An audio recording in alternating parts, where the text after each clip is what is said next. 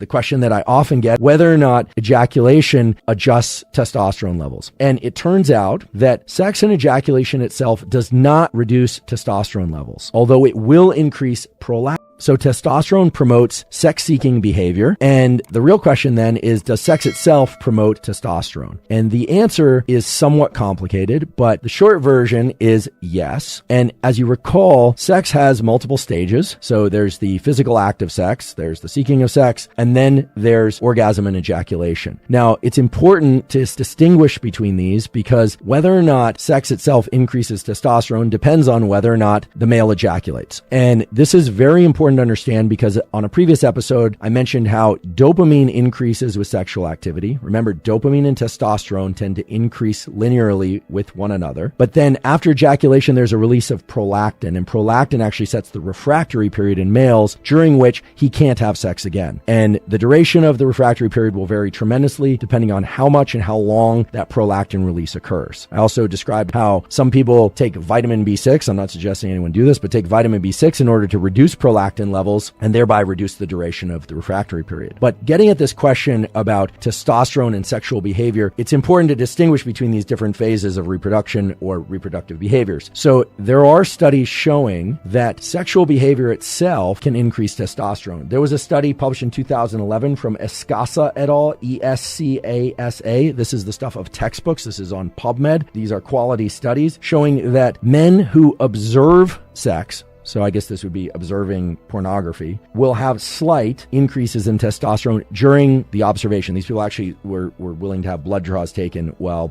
watching pornography. They had increases in testosterone that were very modest, of about 10%. Whereas when people participated in sex, they actually did this study where people had blood draws and they had real sex with their partners, and they had 70% increases in testosterone. So there are increases in testosterone that are quite significant during the physical act of sex, and far less so during observing sex. Now, the question that I often get, in fact, is one of the questions I get most often in the comments on YouTube, I don't know why that is whether or not ejaculation adjusts testosterone levels. And it turns out, there are two studies that I could find that were quality studies on PubMed that address this, that sex and ejaculation itself does not reduce testosterone levels, although it will increase prolactin levels for the reasons I described a moment ago. However, abstinence or sex without ejaculation for a week or more will increase testosterone levels up to 400%. So the answer is actually complicated. It's not straightforward. What it means is that sex itself increases testosterone. However, abstinence also increases testosterone even further. So it's a nuanced answer. And I hope this is satisfactory, no pun intended, to those of you that have been asking me, what is the relationship between sex and ejaculation and testosterone and dopamine? It is nuanced. And you have to understand that nuance if you want to understand how certain behaviors impact hormones and how hormones impact those behaviors. As I mentioned before, in females, testosterone also primes the motivation to seek out sex. And sex itself also increases testosterone, but it also increases prolactin. So in both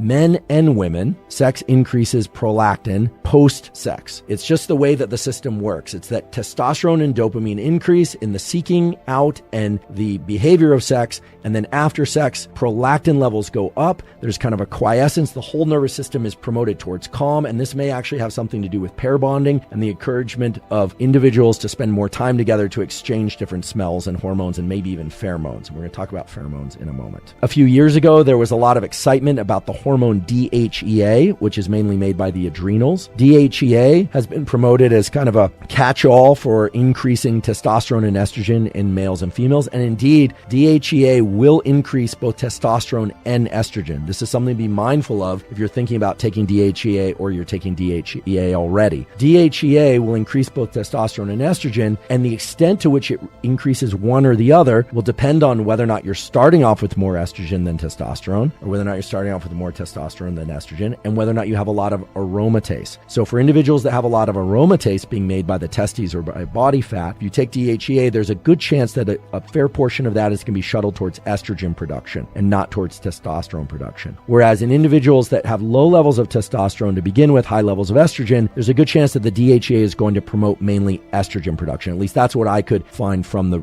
research studies that I examined. So the way to think about DHEA, it's a kind of global promoter of the sex steroid hormones, and its specific effects are going to depend a little bit on where you started and whether or not you have ovaries or testes.